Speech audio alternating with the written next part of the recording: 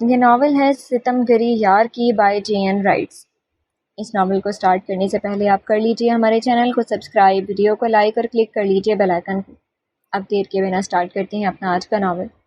دروازے پر لگی نیم پلیٹ بتاتی ہے کہ یہ کمال ہاؤس ہے۔ براؤن گیٹ سے اندر داخل ہوتے ہی ایک پختہ روش ہے جس کے دونوں اطراف خوبصورت گیاریاں بنی ہیں۔ سامنے ستونوں پر قائم برآمدہ ہے۔ اس کے آگے آئیں تو بند ہال ہے اور پھر کمرے میں وہ اپنے کمرے میں بیٹھا پڑھ رہا تھا۔ ساتھ ہی ساتھ ایک بیزار نظر سامنے لیٹی اپنی بقول اس کے نام نہاد بیوی پر بھی ڈال لیتا تھا جو نہ جانے کن سوچوں میں گم لیٹی ہوئی تھی۔ اٹھو میرے لیے چائے لے کر آؤ، وہ بیزاری سے بولتا پھر سے اپنی پڑھائی میں مصروف ہو چکا تھا۔ ماہام اس کی بات سن کر تیزی سے کچن کی طرف بڑھ گئی کیونکہ جانتی تھی ذرا سی دیر اس کے خود سے 5 سالہ چھوٹے شوہر کا مزاج پر ہم کر دے گی۔ وہ ایسا ہی تھا، اسے ذلیل کرنے کا کوئی موقع ہاتھ سے جانے نہیں دیتا تھا۔ ہر بات میں جتاتا تھا کہ وہ اس پر زبردستی مسلط کی گئی ہے اور وہ اس کے تمام تر ناپسندیدگی کے باوجود اس کے ساتھ رہنے پر مجبور تھی کیونکہ اس کے تایا کہ اس پر بہت احسانات تھے۔ ایک وہی تو تھے جنہوں نے اس کے ماں باپ کے گزر جانے کے بعد اس کے سر پر ہاتھ رکھا تھا اور اسے پناہ دی تھی۔ تبھی تو وہ اس ستمگر کا ہر ایک ستم چپ چاپ برداشت کر لیتی تھی اور کسی کو بھنک بھی نہیں پڑنے دیتی تھی۔ مجتبیٰ کمال اور مصطفیٰ کمال 2 ہی بھائی تھے۔ مجتبیٰ صاحب کے 3 بیٹے تھے۔ سب سے بڑا روحان جو کہ شادی شدہ اور ایک بیٹے کا باپ تھا اور اپنی بیوی ردا کے ساتھ کمال ہاؤس میں مقیم تھا۔ اس سے چھوٹا ذیشان تھا جس نے اپنے بچپن کے منگیتر کو ٹھکرانے کے بعد اپنی پسند سے یونی فیلو ثانیہ سے شادی کی تھی۔ ذیشان اب اس محلے کے ایک الگ گھر میں رہائش پذیر تھا۔ سب سے چھوٹا شایان جو BA کے آخری سال میں تھا اور کچھ دن پہلے ہی زبردستی شادی کے بندھن میں باندھا گیا تھا جس کا غصہ وہ وقتاً فوقتاً اپنی بیوی پر نکالتا رہتا تھا۔ مصطفیٰ صاحب کی ایک ہی بیٹی ماہم تھی جو کہ کم عمری میں ہی پہلے باپ اور پھر ماں کے جانے کے بعد تایا کے ساتھ رہتی تھی۔ مصطفیٰ صاحب نے پوری کوشش کی کہ اسے کسی چیز کی کمی نہ ہو، تبھی اسے اپنے بیٹے ذیشان سے منسوب کر دیا کہ وہ خوش رہے۔ ماہم ایک خوبصورت نازک اندام سے 25 سالہ لڑکی ہے جس کا صاف نکھرا رنگ، سنہری مائل بھورے بال، بھوری آنکھیں اور کٹاؤں دار گلابی ہونٹ ہیں۔ اس کے گالوں پر قدرتی طور پر ہلکے سے گلابیاں چھلکتی تھیں، مگر اتنی خوبصورتی کے باوجود اس کا شوہر اس سے کوسوں دور تھا اور اس کی طرف نگاہ ڈالنے کا روادار نہیں تھا۔ مصطفیٰ صاحب ایک متوسط گھرانے سے تعلق رکھتے تھے جہاں شادی سے پہلے کزنوں کا آزادانہ گھومنا پھرنا نہیں ہوتا تھا، اس لیے ایک ہی گھر میں رہتے ہوئے ماہم سب کے ساتھ ایک حد میں رہتی تھی۔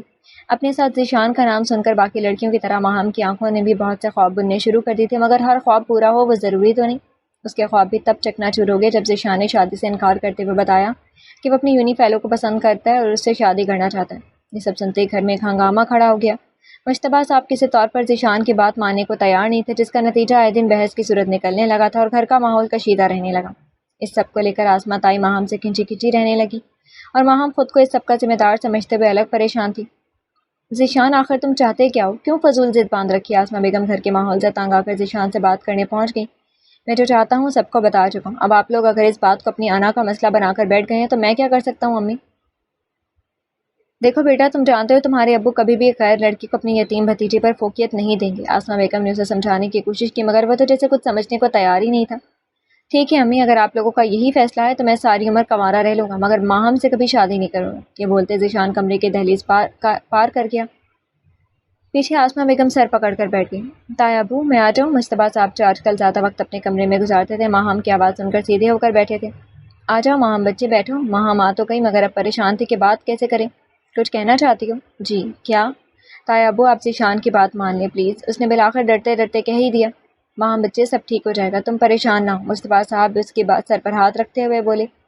تایا ابو پلیز آپ میری بات کا مان رکھ لیں اور ان کی بات مان لیں، میں بہت سے آس سے انہیں دیکھتے ہوئے بولی تھی۔ بچے دیکھو تایا ابو پلیز، وہ آنکھوں میں آنسو لیے منت کرتے بولی تو انہیں مانتی ہی بنی مگر اس کے ساتھ ہی ان کا دماغ کچھ اور بھی سوچ رہا تھا۔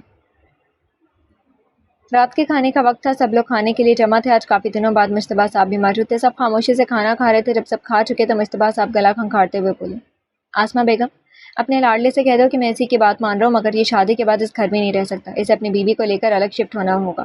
ابو میری بات، بس تم نے جو کہنا تھا کہہ دیا اور میں نے سن کر مان لیا، اب اور کچھ نہیں۔ مصطفیٰ صاحب ہاتھ اٹھاتے سختی سے بولے، اس کے ساتھ ہی میں نے ایک اور فیصلہ کیا، ماہم اور شایان کی شادی کا۔ وہ سب پر ایک تائرانہ نظر ڈالتے ہوئے بولے تھے۔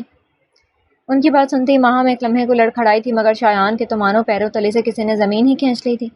ابو یہ آپ کیا کہہ رہے ہیں؟ ایسا کسی طور ممکن نہیں اور نہ ہی مجھے یہ فیصلہ منظور ہے۔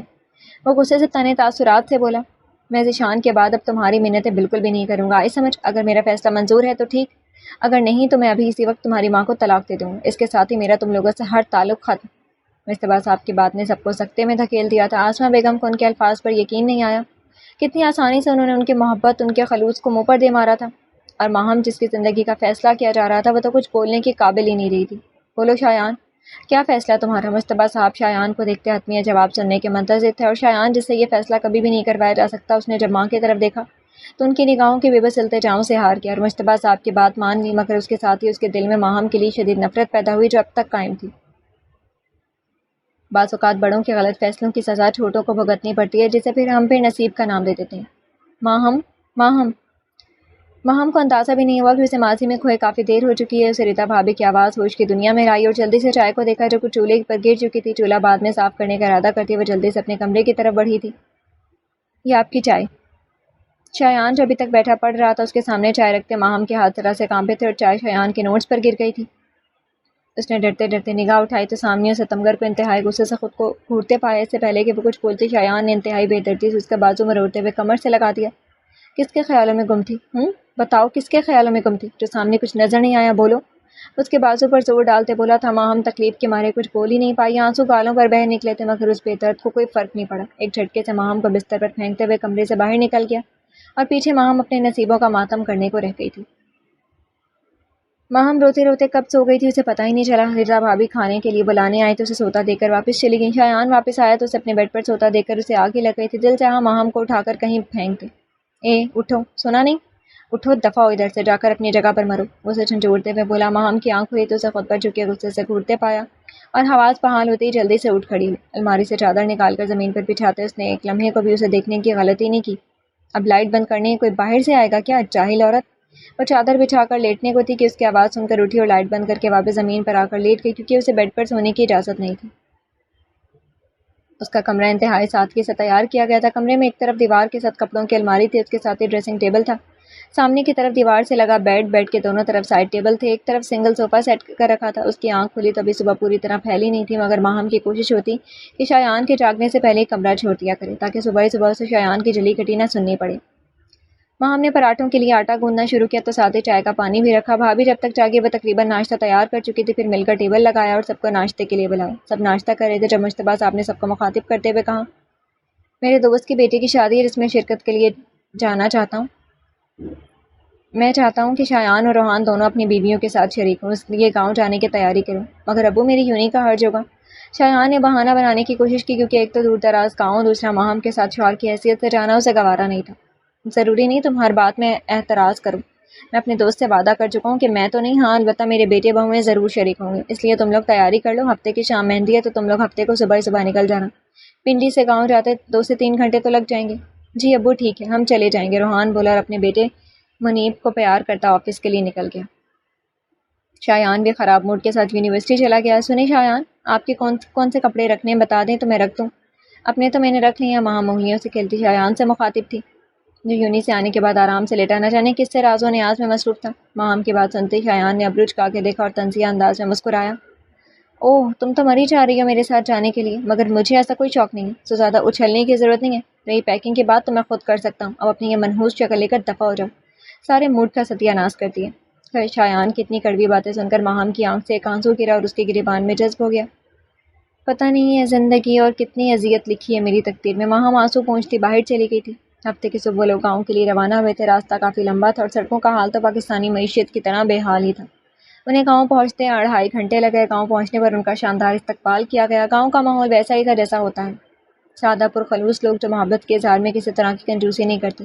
شادی کا ماحول وہی روایتی سا تھا جیسا ہوتا ہے، مایوں کی رسم بارات، چونکہ اسے گاؤں جانے تھی تو ولیمہ بھی اسی دن ہو گیا۔ جب شادی کے ہنگامے سرد پڑے تو انہوں نے بھی واپسی کا قصد کیا، مگر حسن چچا مجتبیٰ صاحب کے دوست نے ان سے 2 دن مزید رکنے کا اصرار کیا تاکہ انہیں گاؤں دکھایا جا سکے۔ اگلی صبح سب لوگ تیار ہو کر گاؤں دیکھنے نکلے۔ روحان شایان کی فیملی کے علاوہ ساتھ حسن صاحب کی کچھ فیملی ممبرز بھی تھے۔ راستے کچے پکے سے تھے، کھیت کھلیان، دریائے سماں پر بنتا پل جو اپنی تکمیل کے آخری مراحل میں تھا۔ یہ سب دیکھنے کے بعد انہوں نے ایک مزار پر جانے کا سوچا جو بالکل ندی کے کنارے پر تھا، مگر اب کی شان کے ندی میں ہر سال شدید طوفان کے باوجود کبھی ان بزرگ کی قبر کو نقصان نہیں پہنچا۔ ان بزرگ کے بارے میں ایک اور بات بھی کہی جاتی ہے کہ اگر انہوں نے اپنے حریف کے مقابلے میں دیوار دوڑائی تھی، اگرچہ آج کے زمانے میں اسے کوئی نہ مانے، مگر یہاں کے باسی اس بات پر پورا یقین رکھتے تھے کہ ان بزرگ کے وسیلے سے اللہ تعالیٰ سے مانگنے والا کبھی خالی ہاتھ نہیں رہا، رب نے اس کی ضرور سنی۔ اکثر لوگ کسی عامل قابل کو یا رب کے نیک بندوں کو نعوذ باللہ اتنا درجہ دے دیتے ہیں کہ انہیں سے مانگنا شروع کر دیتے ہیں یہ شرک ہے، رب کی ذات کے علاوہ کوئی حاجت روائی نہیں کر سکتا۔ اللہ تعالیٰ کے یہ نیک بندے تو بس وسیلہ ہوتے ہیں۔ مزار کی طرف جاتے ہوئے یہ تفصیل سن کر ماہم کے دل میں آئی کہ اسے بھی اپنے لیے دعا مانگنی چاہیے، کیا پتہ رب اپنے نیک بندے کے وسیلے سے اس کی دعا سن لے۔ مزار پر پہنچ کر جو سفیدے اور کیکر کے جھنڈ سے گھرا ہوا تھا، سب نے جوتے باہر اتارے اور ادب سے حاضری دی۔ سب نے فاتحہ پڑھی اور پھر دعا کی۔ ماہم نے رب سے اپنے لیے صبر اور خوشیوں کی دعا کی۔ مزار سے واپس آتے ہوئے نہ جانے کیسے کانچ کا ٹکڑا ماہم کے پیر میں چبھ گیا۔ ماہم کی سسکی نکلی اور وہ پاؤں پکڑ کر پگڈنڈی پر بیٹھ گئی۔ تکلیف کے مارے آنسو بہنے لگے۔ اسے رکے دیکھ کر باقی سب بھی رکے۔ شایان سب سے لاپرواہ بیزار سا کھڑا تھا جب رضا بھابی نے اسے بلایا۔ شایان، ماہم کے پیر سے کانچ نکال دو، میرا تو حوصلہ نہیں پڑتا۔ سب لوگ ان دونوں کی طرف ہی متوجہ تھے۔ مجبوراً شایان کو کانچ نکالنا پڑا۔ کانچ نکالتے ہوئے ماہم کے سسکنے پر شایان نے ماہم کی طرف دیکھا تو اس کی آنکھوں میں کیا کچھ نہ تھا، درد، بے بسی، اذیت، انکہے شکوے۔ شایان نے اس سے نگاہ چرائی اور سہارے کے لیے ہاتھ اس کی طرف بڑھایا۔ ماہم جانتی تھی کہ شایان کی یہ مہربانی وقتی تقاضا، مگر پھر بھی اس کی دھڑکنیں تیز ہو گئیں اور دل نے ان لمحوں کے طویل ہونے کی خواہش کی۔ لڑکیاں بھی بہت پاگل ہوتی ہیں، جس کے نام لگتی ہیں اسے ہی اپنا سب کچھ مان لیتی ہیں۔ اگلے دن صبح ہی صبح انہوں نے واپسی کا قصد کیا۔ گاؤں میں سب نے انہیں تحائف کے ساتھ رخصت کیا۔ اگلا دن معمول کے مطابق ہی تھا۔ شام ہونے پر سب اپنے اپنے معمولات سے لوٹے اور کھانا کھا کر آرام کی غرض سے اپنے کمروں کا رخ کیا۔ ماہم چائے لے کر آئی تو شایان فون پر مصروف تھا۔ چائے رکھتے ماہم نے اس کے لبوں پر کھلتی مسکراہٹ دیکھی۔ ماہم کے لیے انکارے چبانے والا شخص اگر مسکرا رہا تھا تو فون پر موجود شخص یقیناً اس کے من پسند افراد میں سے ہوگا۔ ماہم کے بیٹھتے شایان فون لیتا بالکنی میں چلا گیا۔ ماہم کی سماعتیں نہ چاہتے ہوئے بھی اس کی طرف تھی، جو مکمل طور پر فون پر مصروف تھا۔ اس کے کہے کہے سنتی ماہم سوچ رہی تھی کہ کیا کبھی ان کے درمیان سب ٹھیک بھی ہوگا۔ یہی سب سوچتی ماہم کب نیند کی وادیوں میں گئی، اسے خبر بھی نہ ہوئی۔ کچھ دن ہوئے جب شایان کا بدلا رویہ سب نوٹ کر رہے تھے۔ شایان جو ماہم سے شادی کے بعد سب سے کھنچا رہتا تھا، اب ہر وقت موبائل میں مصروف ہوتا اور اکثر و بیشتر مسکراتا پایا جاتا۔ وجہ کسی کو معلوم نہیں تھی۔ آج ذیشان اور ثانیہ آئے ہوئے تھے، ویکینڈ تھا تو سب باتوں میں مصروف تھے۔ ماہم اور ادا کھانے کی تیاری کر رہے تھے۔ کھانے میں چکن کڑھائی اور بریانی کے ساتھ رائتا اور روٹی تھی۔ کھانا جب تیاری کے آخری مراحل میں پہنچا تو ردا سب کے ساتھ جا کے بیٹھ گئی۔ ماہم روٹیاں بنا رہی تھی۔ جب کھانا تیار ہوا تو سب کھانے کی میز پر چل دیے۔ ماہم آؤ نا، تم بھی بیٹھو، تایا ابو نے ماہم سے کہا۔ نہیں تایا ابو، آپ لوگ کھائیں، کسی چیز کی ضرورت پڑ سکتی ہے تو میں بعد میں کھا لوں گی۔ ارے ضرورت پڑی تو ہم لے آئیں گے، سب گھر کے ہی لوگ ہیں، بیٹھو۔ تائی نے بھی اصرار کیا تو ماہم ناچار شایان کے ساتھ موجود خالی کرسی پر بیٹھ گئی۔ بالکل صحیح جگہ چنی ہے بیٹھنے کے لیے، اس کے بیٹھتے ہی شایان اس کی طرف جھکتے ہوئے بولا۔ ماہم کو کچھ سمجھ نہیں آئی تو سوالیہ انداز میں اس کی طرف دیکھا۔ ارے سامنے ہی تو بیٹھے ذیشان، دیکھنے میں آسانی ہوگی نا، شایان اسے ڈراتے ہوئے بولا۔ ماہم بس ایک نظر اسے دیکھ کر رہ گئی۔ کیا کہہ سکتی تھی بھلا اسے، جو ذلیل کرنے کا کوئی موقع ہاتھ سے جانے نہیں دیتا تھا۔ چند نوالے لے کر ماہم نے ہاتھ کھینچ لیا اور میٹھا لانے کے بہانے اٹھ گئی۔ اسی وجہ سے تو وہ ذیشان کی موجودگی میں ادھر ادھر ہو جاتی تھی کہ کسی کو بات کرنے کا موقع نہ ملے۔ شایان کو کون سمجھاتا کہ اس کی بیوی بننے کے بعد ماہم نے کبھی ذیشان کو نہیں سوچا۔ کمرے میں آنے کے بعد بھی ماہم شایان کے رویے کو سوچتی رہی۔ لڑکیوں کا ظرف کتنا بڑا ہوتا ہے کہ باپ دادا کی عزت کے خاطر ناپسندیدہ سے ناپسندیدہ شخص کے ساتھ گزارا کر لیتی ہیں، مگر ہر مرد کا ظرف اتنا بڑا نہیں ہوتا۔ ماہم کو شایان کی بات نے بلکہ اس کے ذیشان کے نام پر دیے گئے طعنوں نے بہت ہرٹ کیا۔ کب آنکھ سے آنسو گرنے لگے معلوم ہی نہیں ہو سکا، مگر برا ہو شایان اسی وقت نہ صرف کمرے میں داخل ہوا بلکہ اس کو روتے دیکھ کر اس کے آنسوؤں کو اپنے مطلب کے معنی پہناتا اس کے سر پر پہنچ چکا تھا۔ اگر زیادہ یاد آ رہی ہے اور نہیں رہا جا رہا تو مجھے بتا، میں تمہیں ابھی کے ابھی آزاد کر دیتا ہوں۔ اوپس، مگر یہ سب کا کوئی فائدہ تو نہیں ہوگا کیونکہ وہ تو تمہارا نام سننا گوارا نہیں کرتا، تبھی تو میرے گلے پڑ گئی ہو۔ شایان غلط بات مت کریں، ایسا کچھ نہیں ہے جیسا آپ کو لگتا ہے۔ واہ، اس کو دیکھتی ہی جواب دینے کی ہمت بھی آ گئی ہے، واہ بھئی واہ۔ مگر ایک بات تم بھول گئی کہ مجھ سے زبان چلانا مہنگا پڑ سکتا ہے، کہتے ساتھ ہی شایان کا ہاتھ اٹھا اور ماہم کے گال پر نشان چھوڑ گیا۔ ماہم لڑکھڑا کر بیڈ پر گری، اسے لگا جیسے گال سن ہو گیا۔ اس نے بے یقینی سے سر اٹھا کر شایان کو دیکھا، ہونٹ کے کنارے سے خون کی بوند نکل آئی، مگر شایان نے اس پر طرز کھانے کے بجائے اس کا منہ دبوچا کراتے ہوئے بولا، آج کے بعد اگر میرے سامنے زبان چلانے کی کوشش کی تو زندہ گاڑ دوں گا، اٹھو بستر سے دفعہ سونے دو مجھے۔ ماہم صوفے کی ہتھی سے سر ٹیک کر زمین پر بیٹھ گئی۔ شایان کی اتنے خراب رویے کو دیکھ کر اسے اپنے ماں باپ شدت سے یاد آئے۔ امی ابو، اگر آپ ہوتے تو کیا آپ کی ماہم ایسے ہی حالوں میں ہوتی؟ گھٹنوں میں سر دیے روتے سسکتے ہوئے ماہم اپنے ماں باپ کو یاد کر کے رو رہی تھی، جو اس سے بہت دور جا چکے تھے، کبھی نہ واپس آنے کے لیے۔ وہ سب یونیورسٹی میں فزکس ڈپارٹمنٹ کے سامنے موجود گراؤنڈ میں بیٹھے ہوئے تھے۔ شایان کے سامنے ہاتھکا بیٹھی ہوئی تھی، جو کہ ایک امیر باپ کی بیٹی اور میری زندگی میرے اصول کی عملی تفسیر جیسی لڑکی تھی۔ شایان آج کل اس میں اور وہ شایان میں کچھ زیادہ ہی دلچسپی لے رہے تھے۔ کلاس کے بعد اور پہلے کا سارا وقت دونوں ایک ساتھ گزارتے، یونی کے بعد موبائل پر آتا رہتا، تبھی تو آج کل شایان ہر وقت مسکراتا پایا جاتا کیونکہ اسے ہاتھکا کی کمپنی کچھ زیادہ ہی پسند آ رہی تھی۔ اس وقت شایان باتھ روم میں نہا رہا تھا کیونکہ ابھی تھوڑی دیر بعد ہی اسے ہاتھ کا اور دیگر دوستوں کے ساتھ ڈنر کے لیے باہر جانا تھا۔ ماہم کسی کام سے کمرے میں آئی تو دیکھا شایان کا فون بج رہا ہے اور بجتا ہی جا رہا تھا۔ اس نے سوچا کہ کوئی ضروری کال نہ ہو، تبھی بنا دیکھے کال پک کر لی۔ دوسری طرف ہاتھ کا بنا اسے کچھ بولنے کا موقع دیے شروع ہو چکی تھی۔ شایان یار کہاں ہو؟ کب سے کال کر رہی ہوں، تمہیں پتہ ہے نا کہ مجھ سے کسی کا انتظار نہیں ہوتا، اور تمہارا تو بالکل بھی نہیں۔ پلیز جلدی آؤ، میں انتظار کر رہی ہوں۔ ماہم جو شایان کے فون پر ایک لڑکی کا فون دے کر حیران تھی، اب اس لڑکی کی اتنی بے تکلفی اور حق جتاتا انداز دیکھ کر بت بنی کھڑی تھی۔ تب اتنا اچانک اب شایان اس کے پیچھے آ کھڑا ہوا۔ شایان نے اس کے ہاتھ سے فون کھینچ کر اپنے کان سے لگایا اور گھور کر ماہم کو دیکھا جو اپنے آنسو پینے کی کوشش کر رہی تھی۔ ہاں ہادی بولو۔ ہاں بابا آ رہا ہوں، بس تیار ہو رہا ہوں۔ ہاں بالکل تمہاری طرح مجھ سے پھر بھی تم سے دور نہیں رہا جاتا۔ ہاں چلو ٹھیک ہے بائے۔ ماہم جو اس کی باتیں سنتی کمرے سے باہر جانے لگی تھی کہ ایک دم اس کی کلائی شایان کی مضبوط گرفت میں آ گئی۔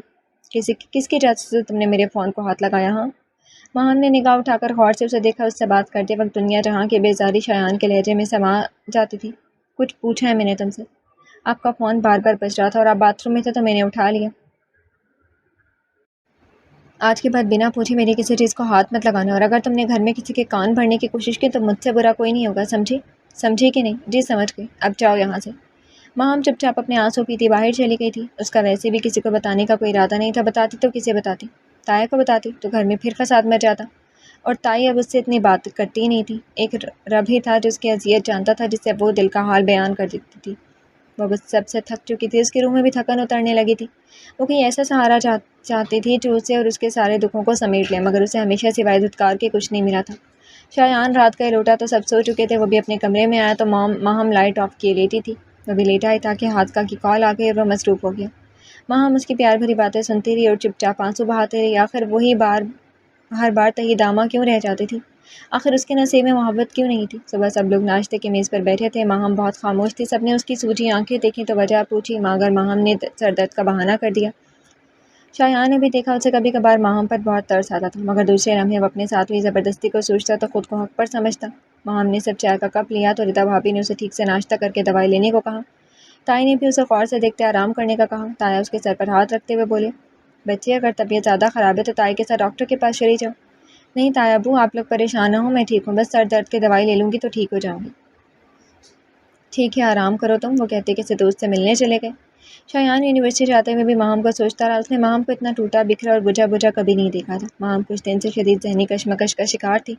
وہ شایان کے ہاتھوں ذلیل ہو کر تھک گئی تھی اور اس سب سے چھٹکارا چاہتی تھی، مگر اس کے پاس اس گھر کے علاوہ کوئی جائے پناہ نہیں تھی۔ اسی کشمکش کا نتیجہ یہ نکلا کہ ماہم شدید بخار میں مبتلا ہو چکی تھی۔ دوائی لے کر کمرے میں آئی تو دکھتے بدن کے ساتھ زمین پر لیٹنے کی ہمت نہیں ہوئی اور شایان کی ناراضگی کو پس پشت ڈالتے بستر پر لیٹ گئی۔ رات کو شایان گروپ اسٹڈی سے فری ہو کر گھر آیا تو بھابی نے کھانے کا پوچھا، مگر اس نے دوست کے گھر کھا کر آنے کی وجہ سے منع کر دیا۔ کمرے میں آیا تو لائٹ آف تھی، وہ بھی تھکا ہوا تھا اس لیے لیٹ گیا۔ آدھی رات کا وقت تھا جب شایان کی آنکھ عجیب سے احساس سے کھلی۔ کچھ دیر ایسے ہی لیٹے رہنے پر حواس کچھ بحال ہوئے تو اس نے دیکھا ماہم اس کے سینے سے لگی ٹھنڈ سے کانپ رہی تھی اور اس کی باہوں میں پناہ ڈھونڈ رہی تھی۔ شایان نے اسے پیچھے ہٹانے کے لیے ہاتھ لگایا تو لگا جیسے انگارے کو چھو لیا۔ ماہم شدید بخار میں پھنک رہی تھی۔ شایان کو سمجھ نہیں آئی کہ کیا کرے۔ سینے سے لگا کانپتا وجود اس کے اندر عجیب سا احساس جگا رہا تھا، مگر اس نے دل پر پتھر رکھے اسے سیدھا کر کے لٹایا اور الماری سے دوسرا بلینکٹ اٹھا کر اسے اڑھایا اور خود بالکنی میں جا کھڑا ہوا۔ کافی دیر کھڑے رہنے کے بعد وہ صوفے پر لیٹ گیا۔ صبح ہوئی تو تایا نے ماہم کو سامنے نہ پا کر اس کی بابت دریافت کیا۔ ابو اس کی طبیعت ٹھیک نہیں ہے، بخار ہے، اسے سو رہی ہے۔ ردا بھابی کے بتانے پر مجتبیٰ صاحب نے ایک شرمندہ کرتی نظر شایان پر ڈالی اور ماہم کے کمرے کی طرف بڑھ گئے۔ ماہم کا بخار اب بہتر تھا، مگر بخار سے نڈھال تھی اس لیے چپ چاپ لیٹی تھی۔ جب مجتبیٰ صاحب کمرے میں داخل ہوئے اور اسے طبیعت کا پوچھا اور تیار ہونے کا کہا، ماہم کے منع کرنے کے باوجود زبردستی اسے ڈاکٹر کے پاس لے گئے۔ ڈاکٹر نے چیک کرنے کے بعد بخار کی وجہ ذہنی پریشانی بتائی۔ مجتبیٰ صاحب واپس آئے تو خاصے خاموش تھے۔ ماہم آرام کرنے جا چکی تھی۔ مجتبیٰ صاحب بھی خاموشی سے کمرے کی طرف بڑھ گئے اور کھانا کھانے سے بھی منع کر دیا۔ آج انہیں شدت سے اپنی غلطی کا احساس ہو رہا تھا۔ کاش انہوں نے شایان پر زبردستی کرنے کے بجائے اس کی شادی کہیں اور کروا دی ہوتی تو کم از کم وہ خوش تو ہوتی۔ اب بھی تو وہ اندر ہی اندر گھٹ رہی تھی۔ آسمہ بیگم کمرے میں آئی تو مجتبیٰ صاحب آنکھوں پر بازو رکھے لیٹے ہوئے تھے۔ وہ ان کے پاس آ کر بیٹھی اور مجتبیٰ صاحب کا کندھا ہلایا۔ مجتبیٰ صاحب سے ناراضگی تو تبھی ختم ہو گئی تھی جب انہوں نے اپنی مجبوری بتائی کہ وہ ڈرتے ہیں ماہم کو کسی اور کے حوالے کرتے ہوئے، نہ جانے اگلے لوگ کیسے ہوں اور کیا سلوک کریں۔ اپنی مجبوری بتانے کے ساتھ ہی انہوں نے آسمہ بیگم سے معافی بھی مانگی تھی۔ مجتبیٰ کیا ہوا، کیوں پریشان ہے؟ مجتبیٰ آسمہ بیگم کے لانے پر مجتبیٰ صاحب نے بازو ہٹاتے آسمہ بیگم کو دیکھا۔ تھک گیا ہوں میں، اپنے بھائی کو کیا منہ دکھاؤں گا، یہ سوچ کے دل پر بوجھ بن جاتا ہے۔ مشتبہ آپ نے پہلے تو کبھی ایسی بات نہیں کی، کیا ہوا؟ آپ تو ماہم کو ڈاکٹر کے پاس لے کر گئے تھے نا، پھر کیا ہوا؟ ہاں لے کر گیا تھا، ڈاکٹر نے کہا ہے وہ دماغی طور پر بہت پریشان ہے، اندر ہی اندر گھٹ رہی ہے، اس لیے اس کی طبیعت خراب ہے۔ تمہارے بیٹوں کو اس بچی سے اچھی لڑکی کہاں ملتی، مگر تمہارے دونوں بیٹوں نے شرمندہ کروا دیا مجھے۔ کیا مجھے شایان کا سلوک نظر نہیں آتا؟ مگر میں خاموش تھا کہ شاید اسے اپنی زیادتی کا احساس ہو جائے، مگر نہیں۔ میں اپنے بھائی کو کیا منہ دکھاؤں گا؟ مشتبہ صاحب بھرائی آواز میں بولے تھے۔ مشتبہ آپ پریشان نہ ہو، میں شایان کو سمجھاؤں گی، بھروسہ رکھیں۔ اسے کہو مجھے اور شرمندہ نہ کروائے، میرے حال پر رحم کھائے۔ آسمہ بیگم کچھ بولی نہیں، بس مشتبہ صاحب کا بازو سہلا دیا۔ شایان رکو، بات سنو۔ جی امی۔ شایان جو یونی کے لیے نکل رہا تھا آسمہ بیگم کے بلانے پر رک گیا۔ بیٹھو، مجھے بات کرنی ہے۔ جی بولیں، سن رہا ہوں۔ شایان تمہارے اور ماہم کے بیچ جو چل رہا ہے وہ کب تک چلتا رہے گا؟ تم جانتے ہو ایک بہت اچھی لڑکی ہے، تمہارے ابو نے اگر تمہاری اسے شادی کا فیصلہ کیا تو کچھ سوچ کے ہی کیا ہوگا نا؟ کیا ہم ماں باپ کو اتنا بھی اختیار نہیں کہ ہم تم لوگوں کے لیے کوئی فیصلہ لے سکیں؟ امی، ماں باپ کے فیصلے کا اختیار ضرور ہوتا ہے، مگر ابو کی طرح دھمکیاں دے کر زور زبردستی کوئی فیصلے نہیں کرتا۔ اگر انہوں نے زبردستی کی بھی تو انہیں مان تھا کہ تم پر، کسی شان کے بعد تم ان کا مان نہیں توڑو گے، مگر تم نے بھی انہیں مایوس کر دیا۔ تم جانتے ہو کہ وہ کس قدر پریشان ہے، اگر انہیں کچھ ہو گیا تب بھی تمہاری ضد اور ناراضگی اسی طرح برقرار رہے گی۔ آپ سے یا ابو سے ماہم نے کچھ کہا ہے کیا؟ نہیں، وہ بیچاری کسی سے کچھ نہیں بولتی، خاموشی سے تمہاری نفرت کی آگ میں جل رہی ہے۔ اگر سوچو تو زبردستی تو اس کے ساتھ بھی ہوئی ہے نا، مگر وہ چپ چاپ سب برداشت کر رہی ہے۔ بیٹا، مجھے اور میری تربیت کو باپ کے سامنے شرمندہ مت کروانا۔ یہ کوئی فلم یا ڈرامہ نہیں ہے کہ سب آپ کی مرضی سے ہو یا سب کچھ مل جائے۔ حقیقی زندگی ہے، یہاں بہت سے سمجھوتے کرنے پڑتے ہیں۔ شایان اب کے کچھ نہیں بولا تھا۔ جاؤ، تمہیں دیر ہو رہی ہے، مگر سوچنا ضرور میری باتوں پر۔ شایان کو سارا دن رہ کر آسمہ بیگم کی باتیں یاد آتے رہی۔ اس نے ذہن سے جھٹکنے کی کوشش کی، مگر پھر بھی جانے انجانے میں وہ ان کی باتوں کو سوچتا رہا۔ ماہم کی طبیعت اب بہتر تھی اور وہ بھابھی کی مدد بھی کروا رہی تھی۔ جب فری ہوئی تو سوچا نہا لے، ویسے بھی ابھی شایان کے آنے کا وقت نہیں تھا۔ ماہم نہا کر نکلی تو آئینے کے سامنے کھڑے ہو کر بالوں میں کنگھی کرنے لگی۔ شایان جو آج یونی سے جلدی آ گیا تھا اور اب لیٹا تھا، ماہم کا دھیان بالکل بھی اس کی طرف نہیں تھا۔ ماہم جو آسمانی قمیض اور سیاہ شلوار اور دوپٹے میں ملبوس تھی، اسی وقت شایان کی آمد سے بے خبر دوپٹے سے بے نیاز بال سلجھانے میں مصروف تھی۔ شایان جو پہلے ہی امی کی باتوں کو لے کر سوچ بچار میں مصروف تھا، ماہم کو یوں اس طرح پشت پر بھیگی قمیض لیے میں دوپٹے سے بے نیاز وجود کے لیے دیکھا تو چاہ کر بھی نظریں نہ پھیر سکا۔ اس کی نگاہیں گاہے بگاہے ماہم کے وجود سے جا ٹکرائیں۔ ماہم کو اچانک سے خود پر نظروں کی تپش محسوس ہوئی تو اس نے اچانک سے پلٹ کر دیکھا اور شایان کو کمرے میں دیکھ کر دوسرا خود کو دیکھتے پا کر اسے اپنے حلیے کا احساس ہوا۔ اس کے دل کی دھڑکنوں نے اسپیڈ پکڑی تو گال خود بخود گلابی رنگ میں رنگنے لگے۔ جلدی سے دوپٹہ اٹھا کر اوڑھا۔ آپ کا بھائی؟ ماہم کو کچھ اور سمجھ نہ آیا تو یہی پوچھ لیا۔ ہاں تھوڑی دیر ہوئی۔ چائے لاؤں؟ ہاں لے آؤ۔ ماہم چائے لائی تو شایان اسی طرح لیٹا ہوا تھا۔ چائے؟ ماہم چائے رکھ کر مڑنے لگی تو شایان نے آواز دی، سنو، میرے سر میں بہت درد ہو رہا ہے، پلیز دبا دو۔ ماہم نے حیرت سے شایان کو دیکھا کہ کیا شایان نے اسے ہی بولے؟ کیا ہوا، کوئی مسئلہ ہے؟ نہیں تو پھر دباؤ سر۔ ماہم شایان سے تھوڑے فاصلے پر بیٹھی اور ہچکچاتے ہوئے ہاتھ شایان کے سر پر رکھا اور سر دبانا شروع کیا۔ شایان کو یوں لگا اس کے وجود میں سکون ہوتا رہا۔ ماہم سر دباتی رہی اور شایان آنکھیں بند کر کے لیٹا رہا۔ ایسے لیٹے لیٹے کب اس کی آنکھ لگ گئی اسے اندازہ ہی نہیں ہوا۔ شایان سو گیا تو ماہم بھی اٹھ کر باہر آ گئی۔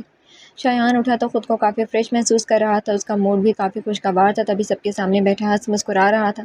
ماہم جو بھابھی سے باتوں میں مصروف تھی، باتیں کرتے کرتے شایان پر نگاہ پڑی تو شایان اس کی طرف متوجہ تھا۔ ماہم پھر سے بھابھی کی طرف متوجہ ہو گئی، مگر دل ہی دل میں وہ شایان کے رویے پر خاصی حیران تھی۔ حیران تو باقی سبھی تھے، مگر کسی نے کچھ کہا نہیں۔ یہ کچھ دن بعد کا منظر ہے۔ امی، آج شایان کو بہت دیر نہیں ہوگی؟ ردا بھابھی نے آسمہ بیگم کو مخاطب کرتے ہوئے کہا۔ ہاں پتہ نہیں کہاں رہ گیا۔ اچھا آپ لوگ بیٹھے، میں ذرا منیب کو دیکھ لوں، ردا بھابھی کہتی کمرے کی طرف بڑھ گئی، مگر تھوڑی دیر گزری تھی کہ وہ پریشان سی واپس آ گئیں۔ کیا ہوا ردا، خیریت تو ہے؟ وہ امی، ابھی روحان کا فون آیا، شایان کا ایکسیڈنٹ ہو گیا، وہ ہم کے ہاتھ سے کپ چھناکے سے گر کر ٹوٹا۔ کیا بول رہی ہو، پاگل تو نہیں ہو گئی؟ امی پلیز آپ پریشان نہ ہوں، اللہ سے دعا کریں، روحان کو کال کرو، کہاں ہے وہ؟ اچھا آپ بیٹھیں تو صحیح، میں کرتی ہوں، کہتے ہوئے ردا نے روحان کے نمبر پر کال کی۔ یہ لیں بات کریں۔ ردا فون آسمہ بیگم کی طرف بڑھاتے ہوئے بولی، ہیلو روحان، شایان کیسا ہے، وہ ٹھیک تو ہے نا؟ آسمہ بیگم روتے ہوئے بولی۔ جی امی آپ روئیں نہیں، وہ ٹھیک ہے، اللہ کا شکر ہے، بچت ہو گئی، بس ہم کچھ دیر تک گھر آ جائیں گے، آپ پریشان نہ ہوں پلیز۔ تم سچ کہہ رہی ہو نا؟ جی امی، ردا کو فون دیں، یہ لو بات کرو۔ جی روحان۔ ردا امی کا خیال رکھنا، شایان ٹھیک ہے، ہم کچھ دیر تک آ جائیں گے۔ ماہم جو بالکل گمسم کھڑی تھی، بھابھی کی نظر اس پر پڑی تو اسے تسلی دی۔ رات کے 9 بج رہے تھے جب روحان شایان کو لے کر گھر واپس آیا۔ مشتبہ صاحب بھی جو پریشان سے بیٹھے تھے انہیں دیکھتی ان کی طرف بڑھے۔ روحان نے سہارا دے کر شایان کو کمرے میں لٹایا۔ شایان کا دایاں بازو اور ایک ٹانگ فریکچر تھی، سر پر بھی معمولی چوٹ تھی، ساتھ ہی ساتھ سینے پر بھی کچھ خراشیں تھیں۔ کمرے میں اس وقت سب موجود تھے اور شایان کے پاس بیٹھے تھے۔ آسمہ بیگم نے فوراً اس کے سر سے کچھ نوٹ بار کر روحان کو دیے تاکہ وہ کسی غریب کو دے دے۔ سبھی خدا کا شکر کر رہے تھے کہ کسی بڑے نقصان سے بچت ہو گئی۔ ماہم آسمہ بیگم کے کہنے پر دودھ میں ہلدی ڈال کر لے آئی تو شایان نے برے منہ بناتے ہوئے پیا۔ پین کلر لے کر شایان سو گیا تو باقی سب بھی باہر چلے گئے۔ ماہم کچھ دیر بیٹھی ہے شایان کو دیکھتی رہی، پھر شکرانے کے نوافل ادا کرنے کی نیت کرتے ہوئے وضو کرنے چل دی۔ نوافل ادا کرنے کے بعد وہ دعا مانگ کر فارغ ہوئی تو کچھ صورتیں پڑھ کر شایان پر دم کیا۔ وہ بہت ڈر گئی تھی کیونکہ وہ ستمگر جتنا بھی کٹھور سے پر وہ اسی کے نام سے وابستہ تھی اور اس کے سوا اس کا کوئی اور تھا بھی نہیں۔ ماہم صبح سب کو ناشتہ دے کر فارغ ہوئی تو کمرے میں دیکھنے چلی آئی کہ شایان اٹھا ہے یا نہیں۔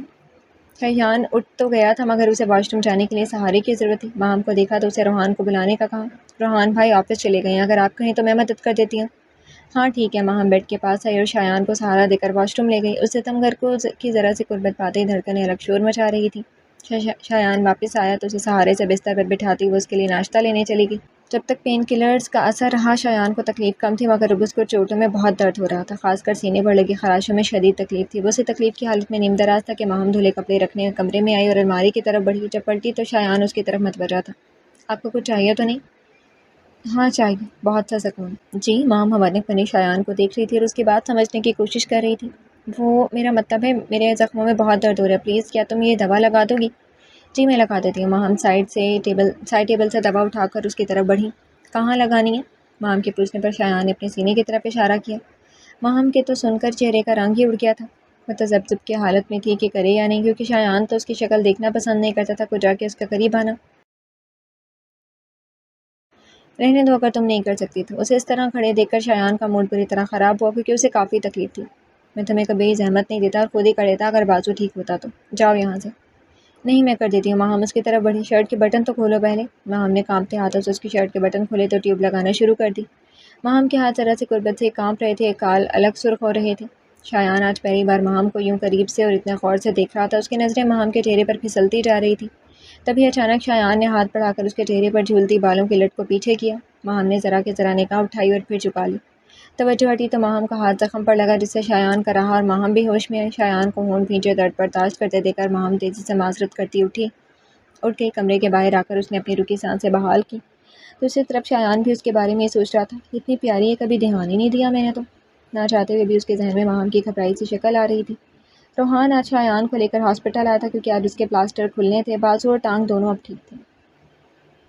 اس تمام عرصے میں ماہم نے اس کا بہت خیال رکھا تھا۔ شایان کو خود پر بہت شرمندگی ہوتی تھی کہ اس نے ناحق اس کا جینا حرام کیے رکھا، مگر اس نے بھی ماہم سے کچھ کہا نہیں تھا۔ ماہم آج بھی خود کو اکیلا محسوس کرتی تھی، سب کے سونے کے بعد سیڑھیوں پر بیٹھ کر خود سے باتیں کرتی، وہ سب باتیں جو وہ کسی اور سے نہیں کہہ پائی تھی۔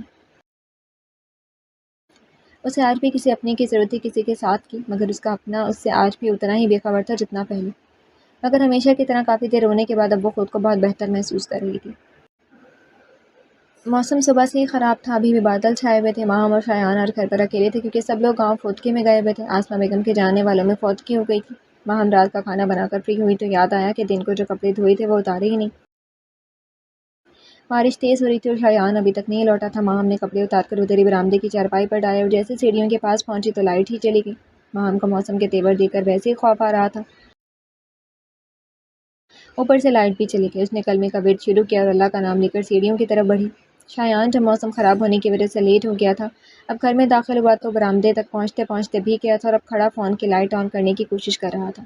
ماہم جیسے تیسے کر کے نیچے پہنچی تو مکمل بھیگی ہوئی تھی۔ ابھی کمرے میں جانے کا سوچ ہی رہی تھی مگر اندھیرے کے باعث کچھ دکھائی نہیں دے رہا تھا۔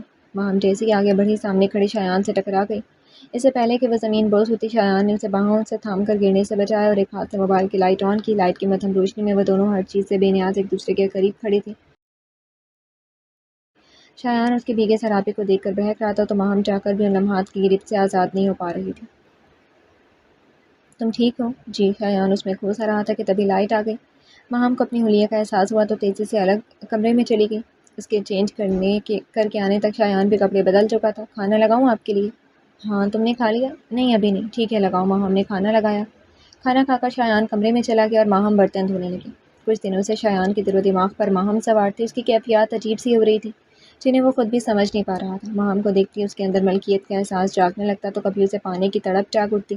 دوسری طرف ماہم بھی شایان کے بدلتے ادوار دیکھ کر اور اس کی بولتی نگاہوں سے خائف تھی۔